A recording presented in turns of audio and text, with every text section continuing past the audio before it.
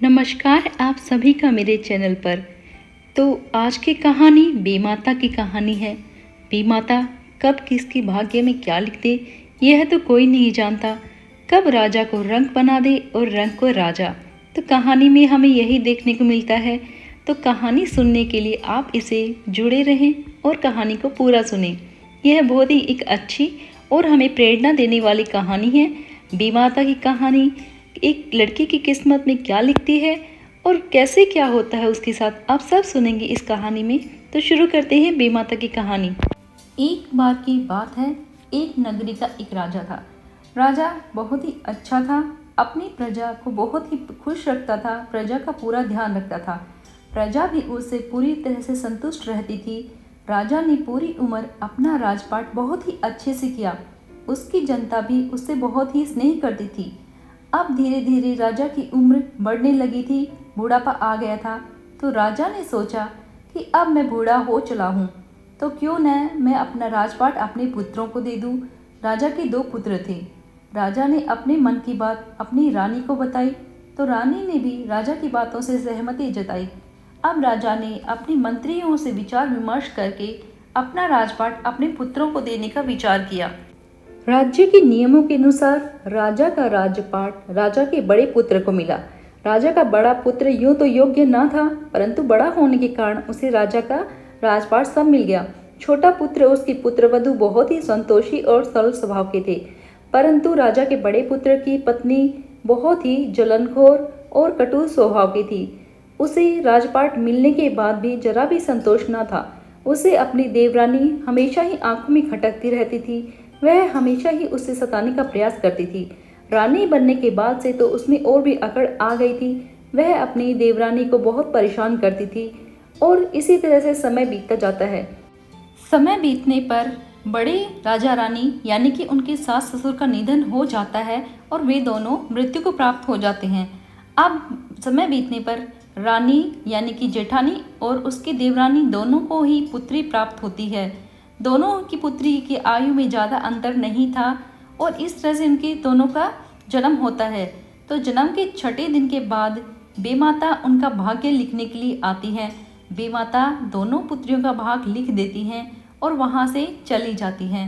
अब जो रानी होती है जेठानी, वो पंडित पुरोहितों को बुलाती है और पूछती है कि बताओ मेरी बेटी के भाग्य में बेमाता ने क्या लिखा है।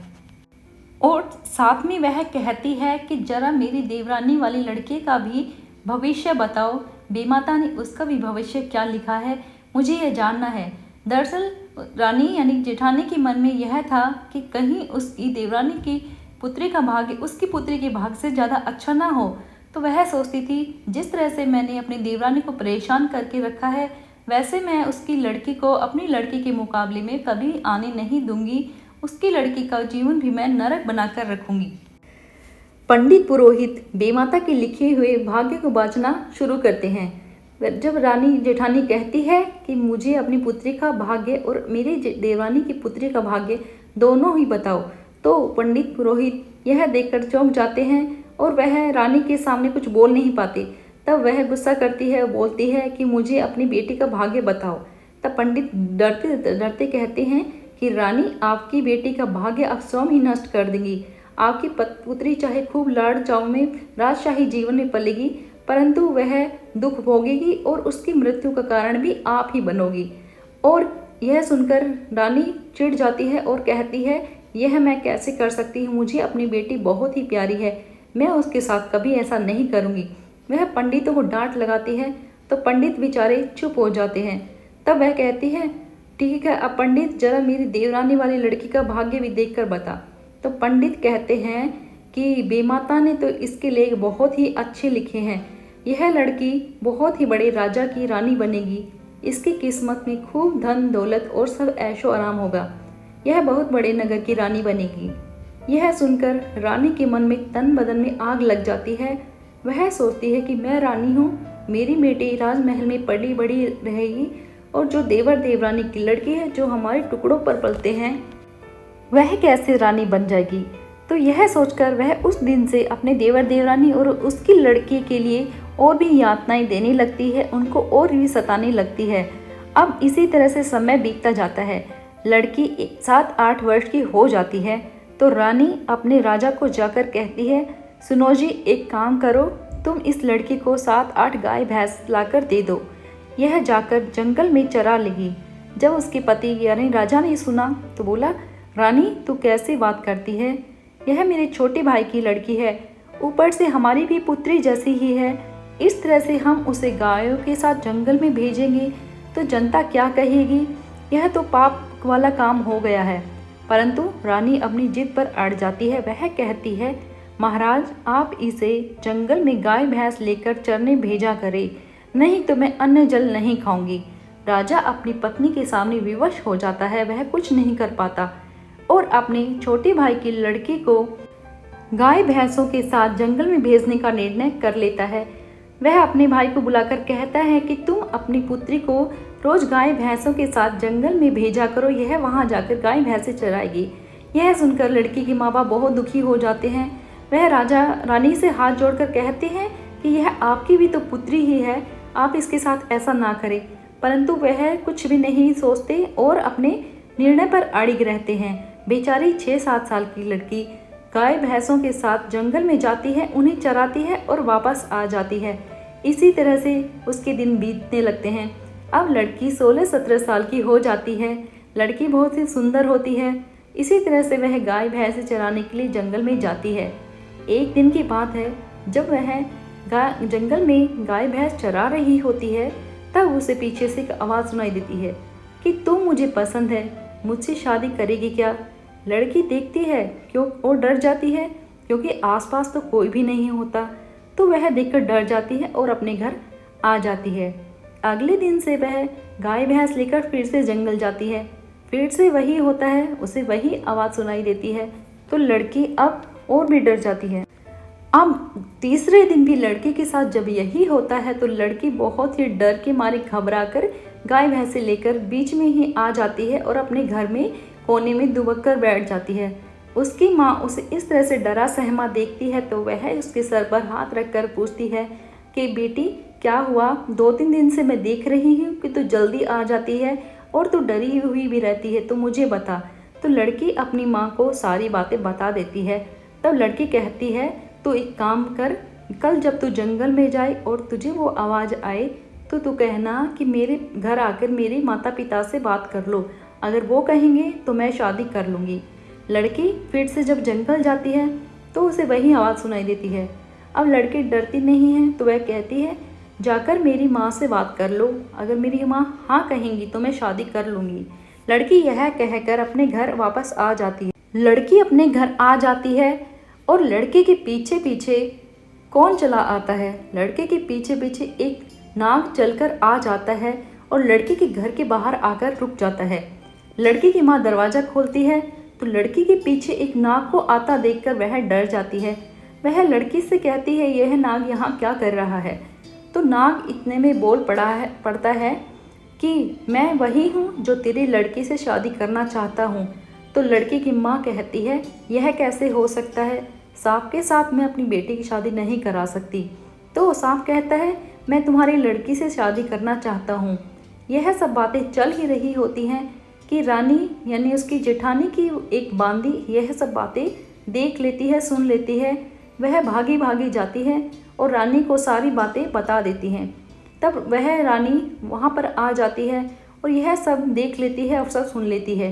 तब वह अपनी देवरानी के पास जाकर कहती है कि तेरी लड़की को हमने जंगल में गाय भैंस चराने के लिए भेजा था या ब्याह शादी करने के लिए। तब वह कहती है, अब तेरी लड़की ने इससे शादी का वादा किया है तो लड़की को तो शादी करनी ही पड़ेगी।